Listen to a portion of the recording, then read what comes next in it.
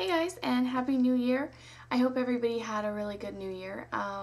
Today I am doing my Mac Pallet Organization video. The reason I'm doing this is I got a few requests for it, so I thought, let's do it.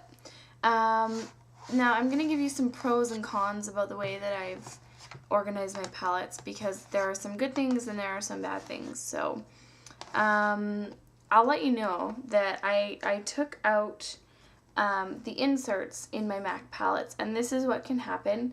So if you do take out the inserts, you can see here it can scratch with a knife. I'm sure if you do it in a better way it won't, but it can. So I've broken my pallets down into colors, and they do have the little magnets on the bottom, so they will stick. This is one that I've depotted, and then I put a little magnet on the bottom so they still stick in the pallet, so when you hold them like that they don't fall out. So I've organized my palettes by color. So I have a green, a blue, a pink,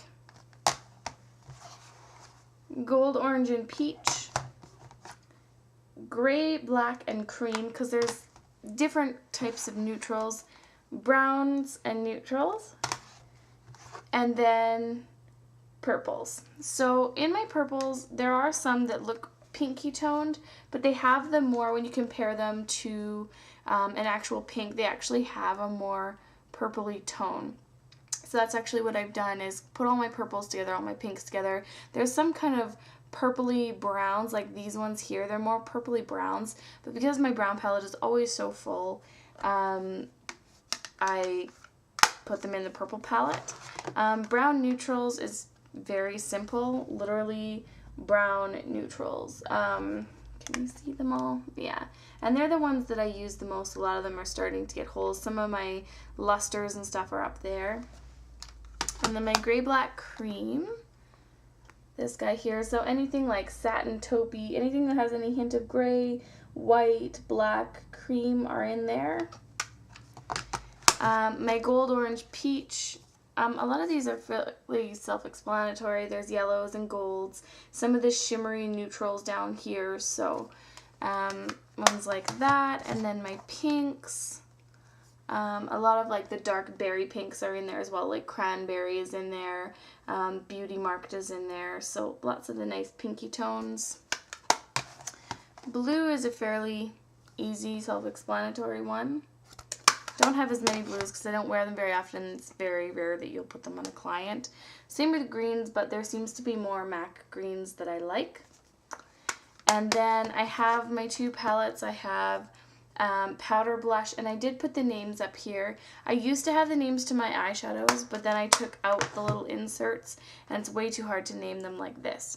The disadvantage to having your palettes marked like this with a color is that, well, I find anyway, I don't use as many color combinations as I could. Like, I don't think of different combinations to put together, because often you'll just open up your green palette and you'll use several different tones of green and put it on. Like today, I just used several different tones of purple instead of playing around with like purples and whatever. So that's kind of the downside, I think, to organizing my palettes that way, because they're different. Like you don't get to, like, it's blue, so when you open up the blue palette, you don't want to open up 10 palettes to get 10 different colors, so it's kind of a pain in the butt, I think so. So that's kind of one thing I don't like. What I will do sometimes is I have the little 4-pack ones, and I'll just take like 4 random shadows and put them together and see what they look like. Or I'll go to the MAC store and they have the ones that are already made up for you, or I know on the US MAC website they do that as well. So anyway, I have all of the names on the ones that I depotted. I have all the names written on the bottom. I don't know if, yeah, here's a depot. No.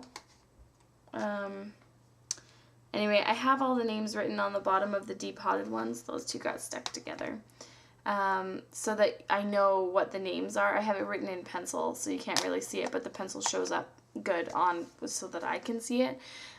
So I have quite a few MAC shadows. A lot of them are limiteds, and then I depot. So anyway, I hope that you guys found that helpful. I also have a cream blush palette. I like that the blush palettes and the eyeshadow palettes are the same, and they're the same size, because then when you're lugging them around in your kit, they're a little bit sleeker and easier to put in there.